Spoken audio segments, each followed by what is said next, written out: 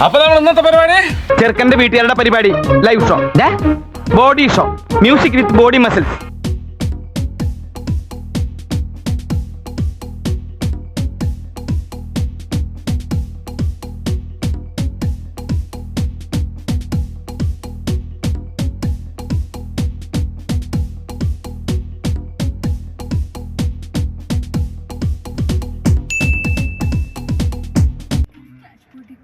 എല്ലാവർക്കും ഒരിക്കൽ കൂടി ഫൺ ഹൺഡ്രഡ് വ്ളോഗ്സിലേക്ക് സ്വാഗതം.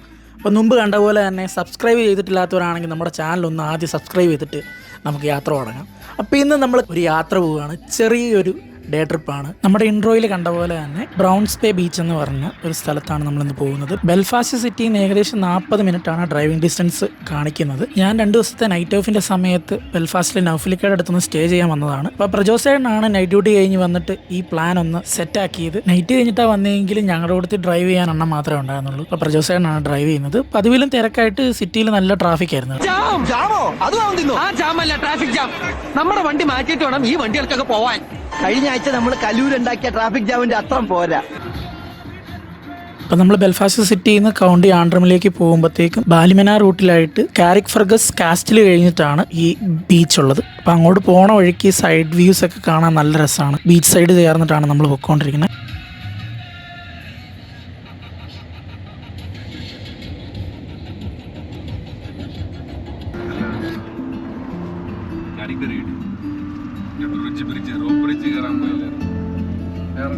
രണ്ടു വർഷം ഉണ്ടായിരുന്നു. അത് ഭയങ്കര ഒരു വയറ്റിന്ന് സാധനം.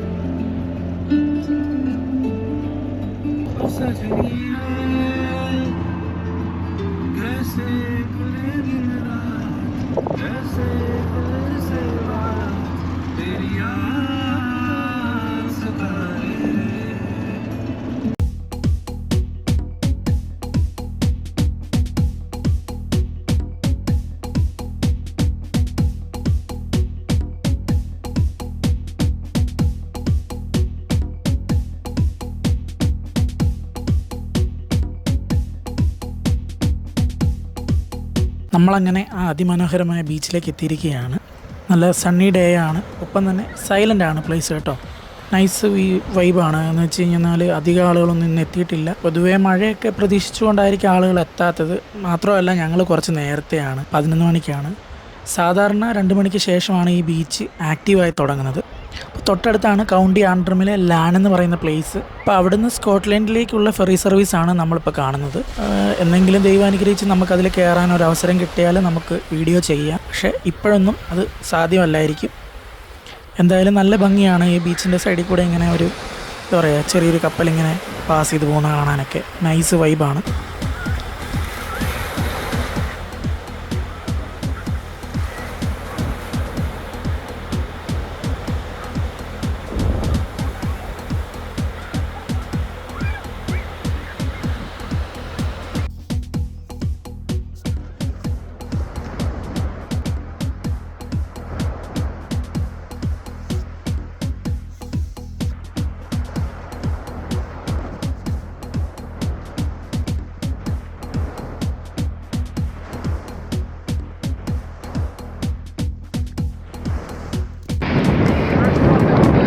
ഹായ് ഗായ്സ്, ഇപ്പോൾ നൗഫലിക്കതേ കടലിൽ ചാടാൻ പോകും.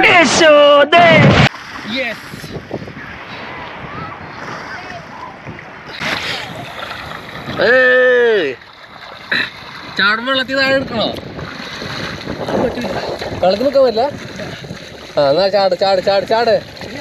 ഓ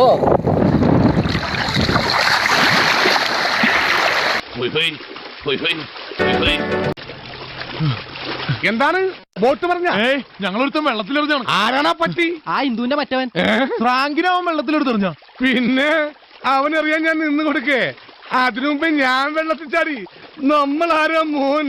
കാര്യം അങ്ങോട്ടല്ല ഫ്രാങ്കേ, അവനിക്കറിയാ. അങ്ങാട്ടി ചെന്നാലേ അവന്റെ വായിച്ചെന്ന് പെടും. തിരിച്ചു നീന്തിയാ വല്ല സഹാറ മരുഭൂമിയിൽ പോയി രസപ്പെടാ.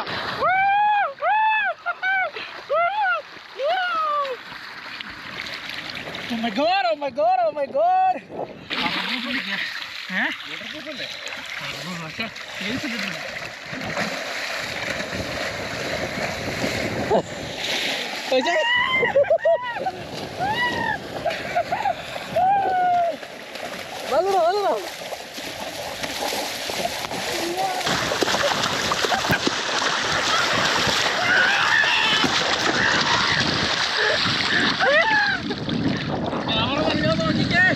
നനഞ്ഞിട്ട് നന്നായി നനഞ്ഞിട്ട്.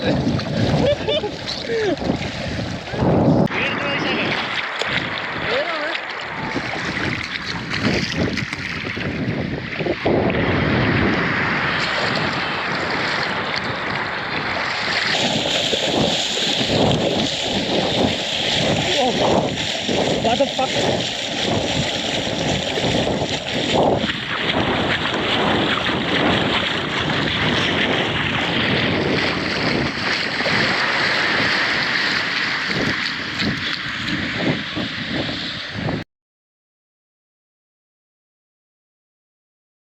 അപ്പോൾ കൂട്ടുകാരെ, ഇന്നത്തെ ബീച്ച് ഡേ ഞങ്ങൾ നന്നായിട്ട് എക്സ്പ്ലോർ ചെയ്ത്, നിങ്ങൾക്ക് വീഡിയോ കണ്ടാൽ തന്നെ അറിയാം മാക്സിമം ഞങ്ങൾ നല്ല രീതിയിൽ എൻജോയ് ചെയ്തിട്ടുണ്ടെന്നുള്ളത്. അപ്പോൾ വീഡിയോ എല്ലാവർക്കും ഇഷ്ടമായെന്ന് കരുതുന്നു.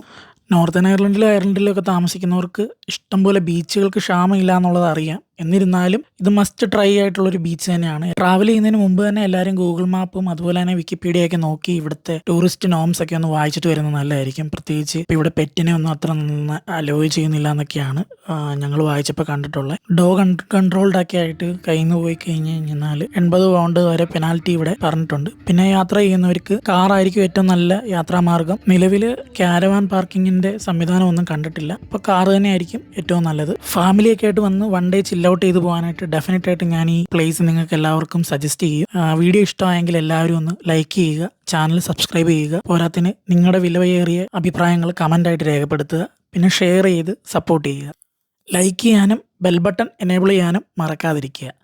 അപ്പോൾ ബൈ ബൈ. പുതിയൊരു വ്ളോഗുമായിട്ട് വീണ്ടും കാണാം.